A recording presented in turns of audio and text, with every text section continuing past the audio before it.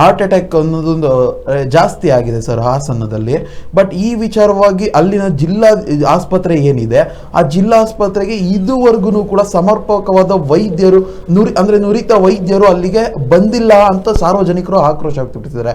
ಆದರೆ ಇದ್ರ ಜೊತೆಗೆ ಇವತ್ತೇನು HD ರೇವಣ್ಣ ಅವರು ಸುದ್ದಿಗೋಷ್ಠಿ ನಡೆಸಿ ರಾಜ್ಯ ಸರ್ಕಾರದ ವಿರುದ್ಧ ಆಕ್ರೋಶ ವ್ಯಕ್ತಪಡಿಸಿದ್ದಾರೆ ಸರ್.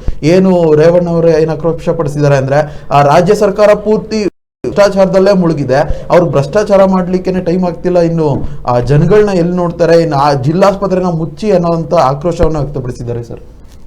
ನೋಡಿ, ಈಗ ಹಾಸನದಲ್ಲಿ ಹೃದಯಾಘಾತದ ಪ್ರಕರಣಗಳು ಸಂಖ್ಯೆ ಹೆಚ್ಚಾಗ್ತಾ ಇದೆ. ಅದು ಕೆಲವೊಂದ್ಸಲಿ ಕಾಕತಾಳೀಯ ಇರಬಹುದು ಅಥವಾ ಬೇರೆ ಬೇರೆ ಕಾರಣಗಳು ಇರಬಹುದು. ಈಗ ನಾವು ಒಂದಷ್ಟು ವೈದ್ಯರ ಜೊತೆ ಸಂದರ್ಶನವನ್ನು ಕೂಡ ಮಾಡಿದ್ದೇವೆ. ಕೆಲವು ವೈದ್ಯರು ಯಾಕೆ ಈ ಹೃದಯದ ಸಮಸ್ಯೆ ಹೆಚ್ಚಾಗ್ತಿದೆ ಅಂತ ಹೇಳ್ತಿದ್ದಾರೆ. ಆದಾಗ್ಯೂ ಕೂಡ ಈ ರೀತಿ ಒಂದೇ ಜಿಲ್ಲೆಯಲ್ಲೇ ಹೆಚ್ಚಿನ ಸಂಖ್ಯೆ ಹೃದಯದ ಸಮಸ್ಯೆಗಳು ಕಂಡುಬಂದು ಹೃದಯಾಘಾತಕ್ಕೆ ಒಳಗಾಗ್ತಿದ್ದಾರೆ ಅಂತ ಅಂದಾಗ ಅದನ್ನ ನೆಗ್ಲೆಕ್ಟ್ ಮಾಡಬಾರ್ದು. ಸರ್ಕಾರ ಕೂಡ ತಂಡವನ್ನು ಮಾಡಿದೆ, ನಿಯೋಜನೆ ಮಾಡಿದೆ. ವರದಿಯನ್ನು ಕೊಡಿ, ಏನಾಗ್ತಾ ಇದೆ, ಯಾಕೆ ಹಾಸನದಲ್ಲಿ ಈ ರೀತಿ ಪ್ರಕರಣಗಳು ಹೆಚ್ಚಾಗಿ ಸಾವಿಗೀಡಾಗ್ತಿದ್ದಾರೆ ಹೃದಯದ ಸಮಸ್ಯೆಯಿಂದ ಸಮಗ್ರವಾಗಿ ಅಧ್ಯಯನ ನಡೆಸಿ ಕೊಡಿ ಅಂತ ಹೇಳಲಾಗ್ತಾ ಇದೆ, ನಡೆಸ್ತಾ ಇದ್ದಾರೆ. ಈ ಕ್ಷಣಕ್ಕೆ ಕೊಡಿ ಅಂದರೆ ಕಷ್ಟ ಆಗುತ್ತೆ. ವೈದ್ಯರ ತಂಡ ಕೆಲಸ ಮಾಡ್ತಾ ಇದೆ. ಅದಾಗಿ ರಾಜ್ಯ ಸರ್ಕಾರದ ಕೆಲಸ ಏನು ಅಂದರೆ ಜನರಲ್ ಒಂದು ಕಾನ್ಫಿಡೆನ್ಸ್ ತುಂಬ ಕೆಲಸವನ್ನು ಮಾಡಬೇಕು. ಈ ಕೋವಿಡ್ ಸಂದರ್ಭದಲ್ಲಿ ಮಾಧ್ಯಮಗಳು ಮತ್ತು ಎಲ್ಲರೂ ಏನು ಒಂದು ರೀತಿ ಭಯ, ಏನು ಜನ ಕೂಸುದು ಬೀಳ್ತಾ ಇದ್ರು, ಅಲ್ಲಿ ಒಂದಷ್ಟು ಜನ ಸಾಯ್ತಾ ಇದ್ರು, ಉಸಿರಾಟದ ಸಮಸ್ಯೆ, ಈ ಭಯವನ್ನು ನಾವು ಹುಟ್ಟಾಕಬಾರ್ದು, ನಾವು ಭಯೋತ್ಪಾದಕರಾಗಬಾರ್ದು.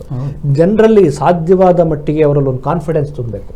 ಇಲ್ಲ, ನೀವು ಹೃದಯದ ಆರೋಗ್ಯವನ್ನು ಕಾಪಾಡ್ಕೋಬೋದು, ನೀವು ನಿಮ್ಮ ರೊಟೀನನ್ನು ಚೇಂಜ್ ಮಾಡಿಕೊಂಡ್ರೆ, ನಿಮ್ಮ ಜೀವನ ಶೈಲಿಯ ಚೇಂಜ್ ಮಾಡ್ಕೊಂಡ್ರೆ ಇದು ಕಾಕತಾಳೀಯ, ಅಧ್ಯಯನ ನಡೀತಾ ಇದೆ, ಎಲ್ಲರೂ ಕೂಡ ಒಂದು ಕಾನ್ಫಿಡೆನ್ಸಲ್ಲಿರಿ ಅಂಥೇಳಿ ಸರ್ಕಾರ ಸ್ವಲ್ಪ ಕೆಲಸ ಮಾಡಬೇಕಾಗಿದೆ. ಅಲ್ಲಿಗೆ ಒಂದಷ್ಟು ಕಾರ್ಯಕ್ರಮಗಳನ್ನ ರೂಪಿಸಬೇಕಾಗಿದೆ. ಒಂದು ತಂಡ ನಿಯೋಜನೆ ಮಾಡಿಬಿಟ್ಟು ಸುಮ್ಮನೆ ಆಗ್ಬಿಟ್ರೆ ಆಗಲ್ಲ. ಜನ ಪ್ಯಾನಿಕ್ ಆಗಿಬಿಡ್ತಾರೆ. ಏನು ನಮ್ಮ ಜಿಲ್ಲೆಯಲ್ಲಿ ಏನಾಗ್ಬಿಡುತ್ತೋ ಕತೆ, ನಾವು ಇದೇ ಜಿಲ್ಲೆಯವರು ಅಂತ ಅಂದ್ಕೊಂಡು ಹೆದರ್ಕೊಂಡ್ಬಿಡ್ತಾರೆ. ನಾವು ಈ ಕಾರ್ಯಕ್ರಮದ ಮೂಲಕ ಸರ್ಕಾರಕ್ಕೆ ಮತ್ತು ಆ ಭಾಗದವ್ರಿಗೆ ಹೇಳಕ್ಕೆ ಬಯಸೋದೇನು ಅಂದರೆ ಸ್ವಲ್ಪ ಕಾನ್ಫಿಡೆಂಟಲ್ಲಿ ಒಳ್ಳೆಯ ಆರೋಗ್ಯವನ್ನು ರೂಢಿಸ್ಕೊಂಡ್ರೆ ಏನು ತೊಂದರೆ ಆಗಲ್ಲ.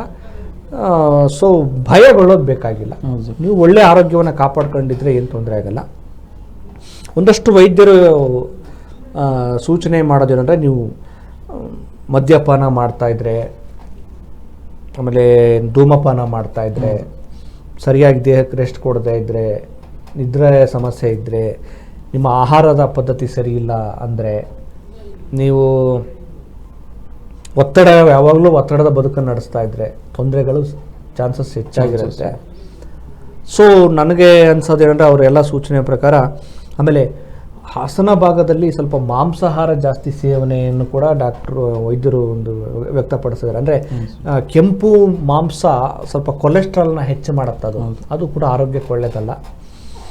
ಸೊ ಒಳ್ಳೆಯ ಆಹಾರ ಪದ್ಧತಿ, ಒಳ್ಳೆಯ ಜೀವನ ಪದ್ಧತಿ ಮತ್ತು ಮಾನಸಿಕವಾದ ಒಂದು ಸ್ಥಿರತೆ, ನೆಮ್ಮದಿ, ಕಾಳು, ಸೊಪ್ಪು, ತರಕಾರಿ, ಹಣ್ಣು, ಹಂಪಲು, ಈ ಮಾಂಸವನ್ನು ಬಿಟ್ಟು, ಅಂದರೆ ಈ ಕೆಂಪು ಮಾಂಸವನ್ನು ಬಿಟ್ಟು ತಿಂದರೆ ಬದುಕು ಚೆನ್ನಾಗಿರುತ್ತೆ. ಸೊ ಕಾನ್ಫಿಡೆನ್ಸಲ್ಲಿರಲಿ ಅಂತ. ಆದರೆ ಸರ್, ಇಲ್ಲಿ ಆರೋಪ ಏನು ಕೇಳಿ ಬರ್ತಿದೆ ಅಂದರೆ, ಏನೊಂದು ಹಾಸನ ಜಿಲ್ಲಾ ಆಸ್ಪತ್ರೆ ಇದೆ, ಆ ಜಿಲ್ಲಾಸ್ಪತ್ರೆಗೆ ಈವರೆಗೂ ಅಂದರೆ ಹೃದಯ ಸಂಬಂಧಿ ಆ ಡಾಕ್ಟರ್ ಯಾರು ಬಂದಿಲ್ಲ. ಇಷ್ಟೆಲ್ಲ ಹಾರ್ಟ್ ಪೇಷಂಟ್ಸ್ಗಳು ಜಾಸ್ತಿ ಆಗ್ತಿದ್ರು, ಈ ಹಾರ್ಟ್ ಅಟ್ಯಾಕ್ ಸಂಬಂಧವಾಗಿ ಈ ಕಾಯಿಲೆ ಜಾಸ್ತಿ ಆಗ್ತಿದ್ರು, ಆ ಆಸ್ಪತ್ರೆಗೆ ವೈದ್ಯರು ಬಂದಿಲ್ಲ ಅನ್ನೋದು ಸರ್ ಆರೋಪ.